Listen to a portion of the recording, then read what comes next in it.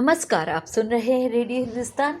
मैं मनीषा लेकर आई हूँ आपके लिए ocean of emotions, precious pearls, कहानियाँ नई पुरानी।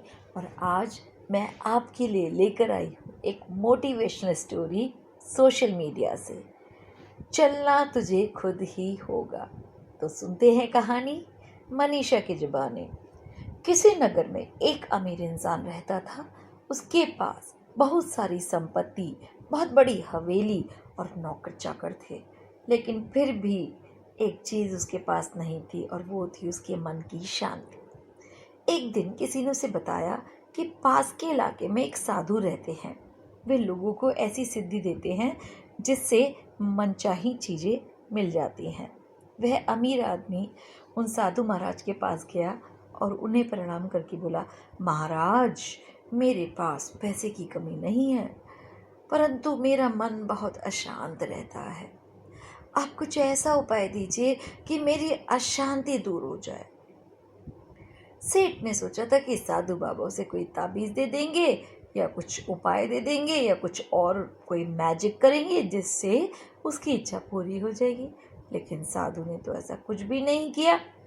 अगले दिन साधु ने सेठ को धूप में बैठने को कहा। धूप में बिठाए रखा और स्वयं अपनी कुटिया के अंदर छांव में जाकर चैन से बैठ गए। गर्मी के दिन थे। सेठ का बुरा हाल हो गया। उसको बहुत गुस्सा भी आया, पर क्या करता, चुपचाप गुस्से को पी गया और शांत रहा। दूसरे दिन साधु ने कहा, आज तुम्हें दिन भर खाना नहीं मिलेगा। भूख के मारे दिन भर सेठ के पेट में चूहे कूदते रहे। अन्न का एक दाना भी उसके मुंह में नहीं गया। लेकिन उसने देखा कि साधु ने उसी के सामने बैठकर बड़े आनंद से भोजन किया। अब सारी रात सेठ बड़ा परेशान रहा। उसे एक पल के लिए भी नींद नहीं आई और सोचता रहा अपने मन में, अरे ये कैसा साधु है, ये तो बड़ा ही स्वार्थी है। तीसरे दिन सवेरे ही उठकर उसने अपना बोरिया बिस्तर बांध लिया और चलने को तैयार हो गया। तभी साधु उसके सामने आकर खड़े हो गए। बोले, क्या हुआ सेठ जी, क्या हुआ?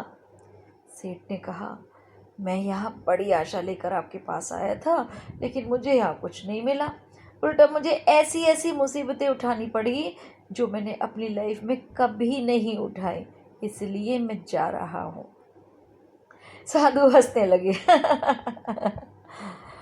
और बोले, मैंने तुझे इतना कुछ दिया पर तूने कुछ भी नहीं लिया। सेठ ने बड़े आश्चर्य से साधु की ओर देखा और बोला, आपने तो मुझे कुछ भी नहीं दिया। कब दिया, कहाँ दिया, किसको दिया? साधु ने कहा, सेठ, पहले दिन जब मैंने तुझे धूप में बैठाया और खुद छाँव में बैठा रहा, तो इसके जरिए मैंने तुझे बताया कि मेरी छाँव तुम्हारे काम नहीं आ सकती। जब मेरी बात तुम्हारी समझ में नहीं आई तो दूसरे दिन मैंने तुम्हें भूखा रखा और खुद खूब अच्छी तरीके से खाना खाया।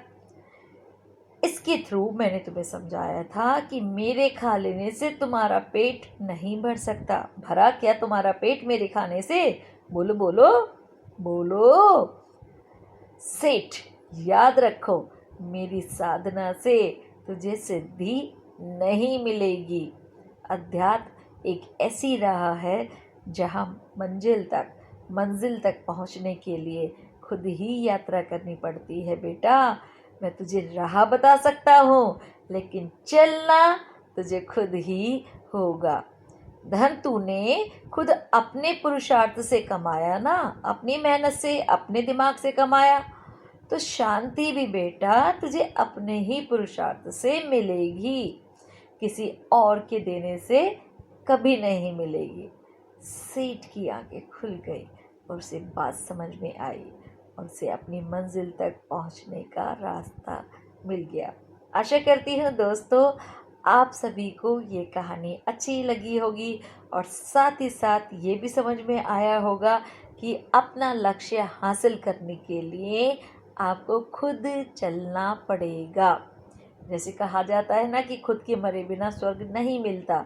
तो कुछ भी पाना है, लक्ष्य चाहे छोटा है या बड़ा है, चाहे आध्यात्मिक है या प्रोफेशनल है, उसके लिए काम तो आपको खुद ही करना पड़ेगा। किसी और के बिहाफ पर आपको फल नहीं मिल सकता इसका। ठीक है, तो आशा करती हूँ ये बात आपको समझ में आई, आप फॉलो करेंगे इसे। चलना तुझे खुद ही होगा। तो चलते चलते कहती हूँ आपको जय श्री राम। करते रहिए काम और सुनते रहिए रेडियो हिंदुस्तान और मनीषा के भी प्रोग्राम।